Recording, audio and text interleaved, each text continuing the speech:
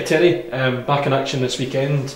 An early kick-off for you again, at 12 o'clock down at McDiarmid Park. Your thoughts?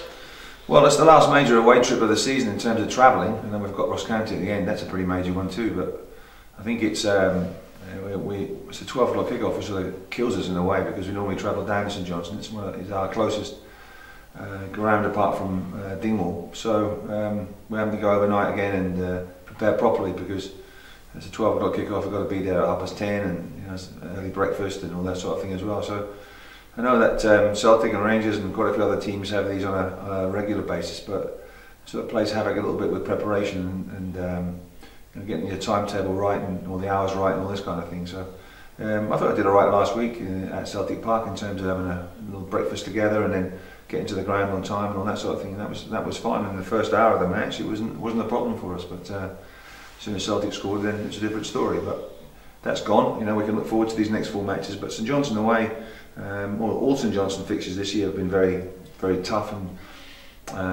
hard fought, and extremely hard fought, and all 3 have ended in draws. So we want to try and go one better if we possibly can and get the 3 points. That will put a bit of a gap between us and them, and then see where we are after that. So we know what to expect. In the last game when we drew 0-0 2 games ago here at Inverness, it was very much a case of St Johnstone probably had more of the upper hand, had more of the advantage in possession and all these kind of things. So we know we've got our work cut out, and we know what to expect from them now. So I think our boys have been forewarned, and hopefully they're forearmed as well. Yeah, they're very tight affairs, and especially the last two goalless draws, and it takes a lot to stop you guys when they're in full flow as well.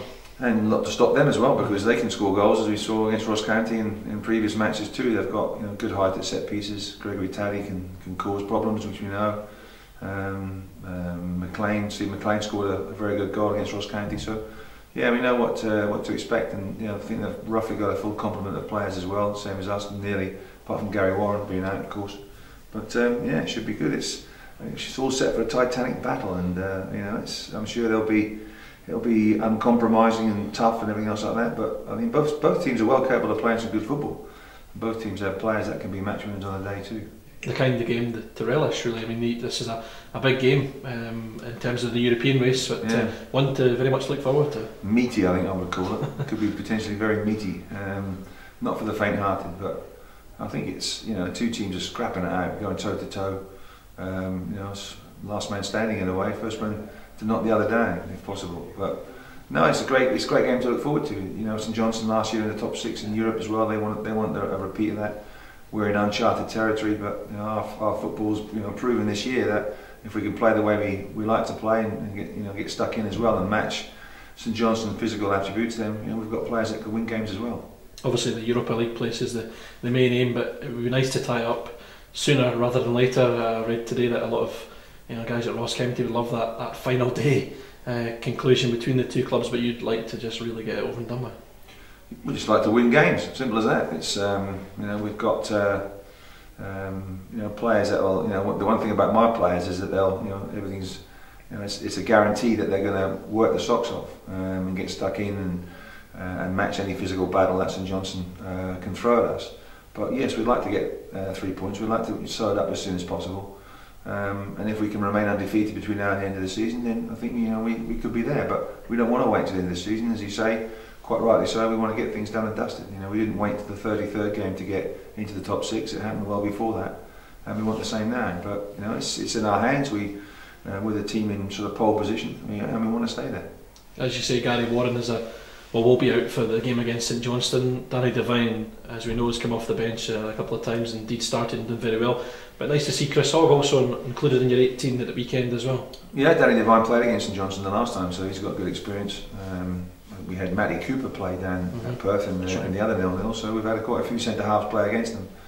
Of course, Gary came back for the Celtic match and picked up the injury then, but Chris Hogg has been doing very well. Played against Celtic on Wednesday in the under-20s, and whilst we lost for the last kick of the ball, he played very well. So he's getting himself back in the frame and looking good too. So that's just at the right time. It has been a long time for Chris, and it's nice to see him back on the bench. It's nice to see him back with the first team, and he's getting to a good standard of play now that he's happy with, and we are too.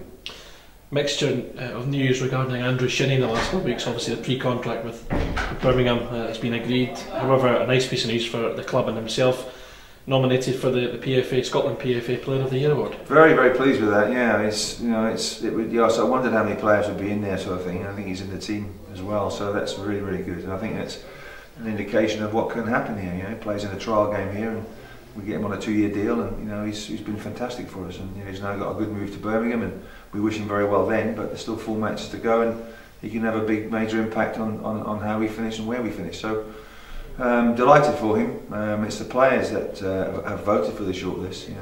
Surprising there's no Celtic players there, but it's down to the players and their thoughts and their choices. But I'm delighted that Andy's in there. It just shows you what a season he's had, what a season the whole team's had. And when you get something like that happening, it reflects well on the whole club, let alone the team, and let alone Andy shooting as well. So he's had to, he's done his things because he's been backed up by a wonderful team, a team that's. Certainly enjoys the way Andy plays and wants to give him the ball, and he's been responsible for some magical moments for us this season too. Just disappointed that his brother's not in the young player, because I think he's been one of the most consistent players in the SPL this season. He's played 40 out of 41 games, so I'm disappointed about that. But it's wonderful to have one there, and we're delighted for Andy.